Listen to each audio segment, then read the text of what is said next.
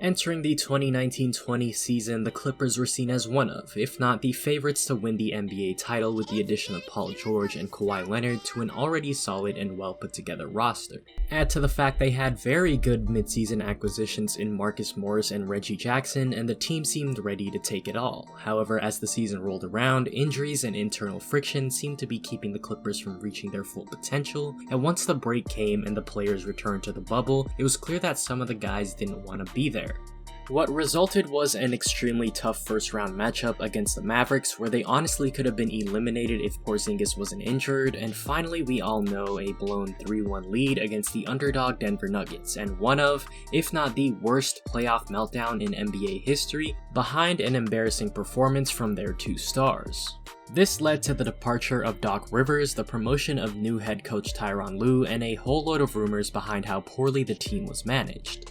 However, all that aside, let's look at how the Clippers can improve this offseason. Looking at their expiring contracts, two key guys are set to be free agents, with Montrezl Harrell and JaMychal Green, which makes up 2 out of 3 of their big men rotation. I fully expect the team to re-sign Harrell, but Green is a toss-up. Should he walk, there's one guy who the Clippers should definitely sign, and it's Nerlens Noel. It was clear in the playoffs that the Clippers really needed a defensive-minded big man after being exposed by Nikola Jokic and while he was still healthy, Kristaps Porzingis. Harrell is a good spark plug off the bench, but his lack of size really hurts in regards to challenging shots at the rim. Ivica Zubac is by no means a scrub, but we saw in the playoffs that he was clearly getting targeted by opposing defenses, especially in pick-and-roll situations, given how unathletic and slow he is. Should the Clippers sign Noel, they would fill their need for an athletic and more mobile big man, as well as adding length to protect the rim. The Clippers could definitely use a good part of their mid-level exception in order to sign him, who would be looking for a bigger contract after some solid seasons with OKC, while on a minimum deal. Another option for them could possibly be Paul Millsap, who would provide the team with some defensive versatility at the big man position that they definitely need, Mason Plumlee, who ironically is another Denver Nugget, or possibly someone like Aaron Baines, who can provide toughness down low, solid rebounding, and good three-point shooting at the center position. However, another and possibly bigger issue that the Clippers currently have, and we clearly saw in the playoffs, was their lack of a playmaker. Let's get this straight.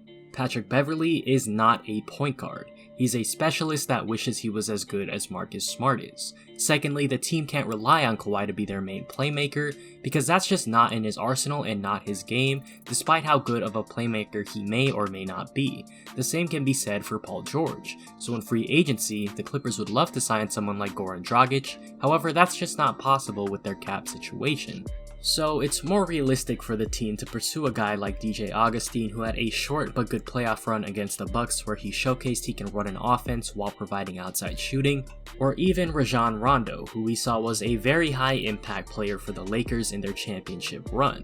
And to fill out the roster, the Clippers would pick up guys for the veteran minimum, so guys like Kyle Korver or even Tyson Chandler could find themselves on the team.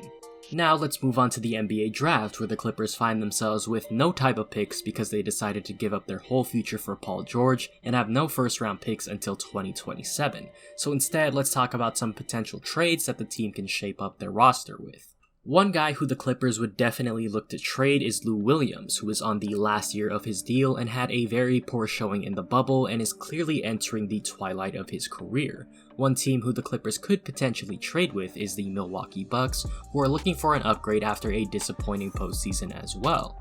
This trade would involve Lue and Landry Shamet, however the Clippers would get Eric Bledsoe in return, a guy who has proven to be an above average point guard throughout the years. With this trade, the Bucks add a guy who can create his own shot down the stretch in Lue, which they desperately need, and Shamet is additional shooting alongside Giannis. The Clippers solve their problem in the playmaking department with Bledsoe, who can create his own shot and is one of the top defensive guards in the league as well. Another potential deal is a sign and trade involving Montrezl Harrell and Rodney McGruder, where we'd see them trade with the Charlotte Hornets for Terry Rozier. For this trade, let's presume that Harrell signs an around $15 million deal with the Clippers, and on top of that, Rodney McGruder's contract is about $5.5 million. This matches up with Terry Rozier, and we know that the pairing between Rozier and Charlotte was definitely not the best, so it'd be in Charlotte's best interest to ship him out to allow Devontae Graham to grow. By adding both McGruder and Harrell, you add two solid guys to the Hornets team who is definitely in need of some talent. It's also in Charlotte's best interest to ship him out because it would allow Devontae Graham to grow, who had a very promising season this year. The Clippers would be getting another shot creator at the end of games in Rozier, who has also shown that he can pass the ball when needed. And to summarize everything, although they had a monumental breakdown this postseason, it shouldn't be a surprise that I predict the Clippers will remain one of the top teams in the NBA next season. They have all the talent in the world necessary to win an NBA championship, and I expect this postseason embarrassment to fuel them to be a better team than before.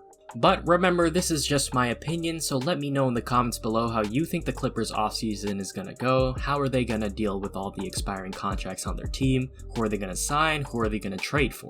Let me know in the comments below. Don't forget to like the video and subscribe with post notifications as well. I'd appreciate it very much as we upload 2 times a week, so be on the lookout for that. But with all that being said, remember this: the Clippers, in all of their years as a franchise, going back to their days in San Diego, have never won an NBA championship.